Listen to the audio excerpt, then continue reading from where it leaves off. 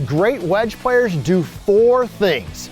Today I'm going to show you what those 4 things are and help you do the same thing that a great wedge player does. The first thing that a great wedge player does is they're able to dial in the distance. That's what great wedge play is all about. All right, so the first thing we're going to talk about here is getting the right club in your hands. I've got about a 110-yard shot right here. Now, I've got 2 clubs. All right, I've got my Tour Max VLS wedge, my 56 degree, and I've got my 48 degree. So the first thing that great wedge players do is they get the right club in their hands. And what that means is that generally speaking, they go to a little less loft than more loft. Now, why is that important? Well, if I was to hit my 56 and try to hit it 110 yards, which I can do, okay, what I would have to do though in order to make that happen is make a really long and aggressive swing.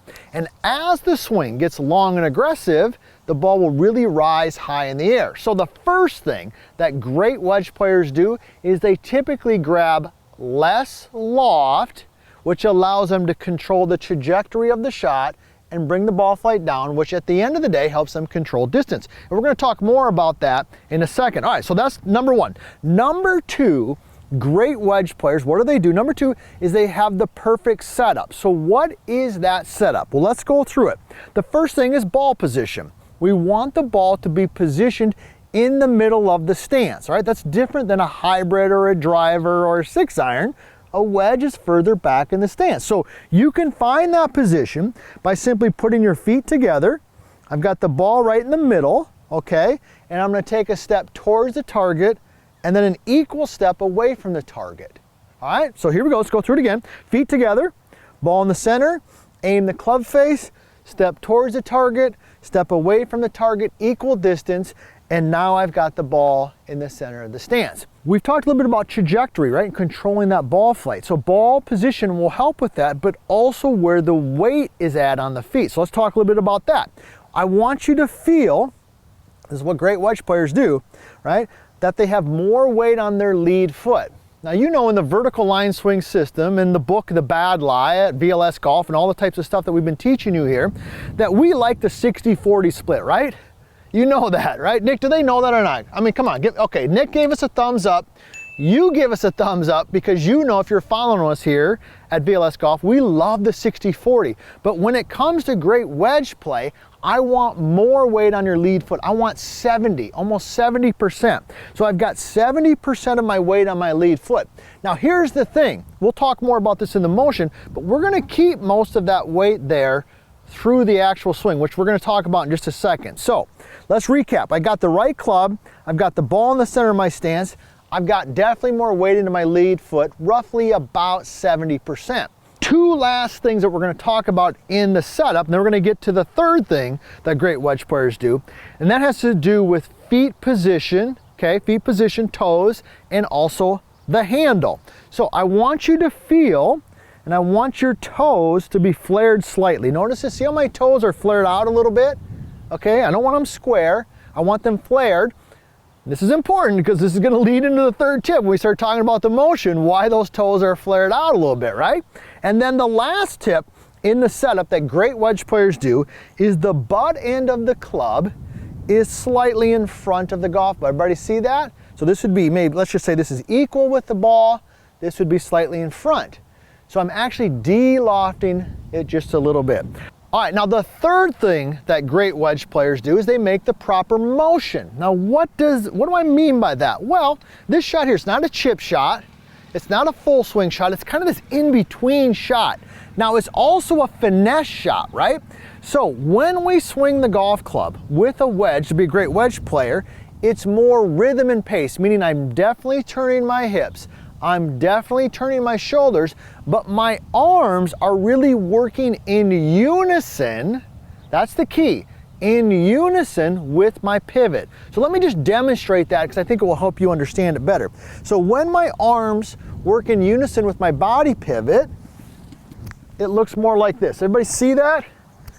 All right, kind of looks like our little 3-setter, right? We love those 3-setters. Now that's different than when we're hitting like a full swing, like a driver, right? When you've watched any of our driver tips, you know that we got the nice big pivot and we're really letting those arms go.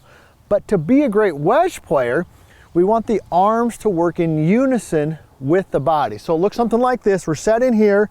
My arms just work with my pivot versus working not with them in unison. So that would be the third thing. Now, the question is you might be asking yourself, all right, Todd, that sounds good, but how do I practice that? Well, I would do the 3-setter. I think that's the 3-setter. And years ago, we used to hit some shots with almost like a towel under our arms to kind of feel those arms together. But basically what you can do is just kind of feel like your arms right here, okay, are connected to your chest. I don't want them to be tight or tense, but they're kind of connected to your chest.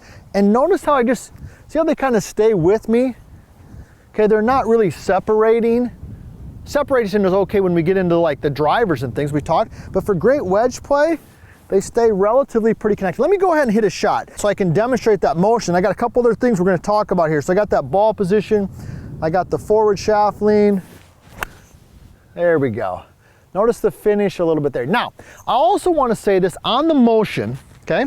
On the motion, I want you to feel like your weight stays on your lead foot, okay? Because you notice how I took a nice little divot there? You want to hit ball and then ground. And one of the things that you're probably learning in the vertical line swing system, we talked about this in the book, the bad line, all the stuff, is the pivot has a huge impact on where the club hits the ground. So on a wedge shot, when we really want to be hitting down on that golf ball and catching the ball and then the ground first, right?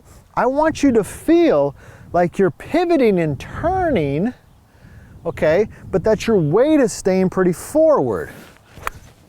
Okay, that was pretty good. There was maybe a tad thin. I came up and out of it, but the trajectory was down just a little bit. How can you practice that motion? How can you practice staying on that lead foot a little bit? And then we're going to talk about the last thing that great wedge players do, the number 4. So how do we practice that motion? Well, pretty simple. Put your lead foot forward like this, trail foot back, okay, almost kind of like a kickstand. See that? Okay, so there, and just make some swings. Okay, now they're not going to be full swings, right? But this motion right here really keeps my sternum and my chest forward and over the golf ball versus off the golf ball. Now the fourth thing that great wedge players do is they have a process or a way to manage the distance that the golf ball travels. All right, that's where we all started with this. But there are a couple different ways that you can change the distance that the golf ball travels, how long it goes, right? Club selection, obviously, but there's 2 other ways. All right, so let me share with you the first one that's a little bit more challenging, and then we'll talk about the easy one. The first one, okay, is just length of swing, right? So when you swing a wedge, obviously, you might swing it where your lead arm goes to about a 9 o'clock position. Let me go ahead and hit a shot here, okay? 9, and then through, okay? The other one then you could do would be just a little bit longer, like a 10:30 swing. So now the lead arm goes to the 10:30, like think of a clock, right? 10:30. So I've got 10:30, I've got 9 o'clock, right? And each one of those lengths of backswing would produce a different length shot, right? All things being equal. Now the other way that you can control the distance that the golf ball travels, and I think is an easier way. We would like easier, wouldn't we, Nick? I mean, isn't easier always better? That's why you're here at VLS Golf. Hey, be sure to also tell us where you're from. If you're still watching right now, this is awesome because you're learning something, and tell us where you're from, tell us how old you are. We love reading those comments and we love to respond to them when we can. So the easiest way to control the distance other than the club selection is where you grip the golf club. Let me say that again, where you grip the golf club, right? So let's say I want to make 2 swings, both of them at the 10:30 length.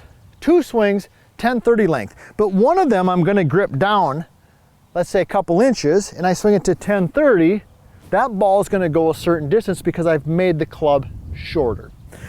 The next one, I grip it normal around the end, I swing it to 10:30, that golf ball is also going to go a certain distance. So great wedge players have a process that they go through. These are the 4 steps that you can also do to become a great wedge player.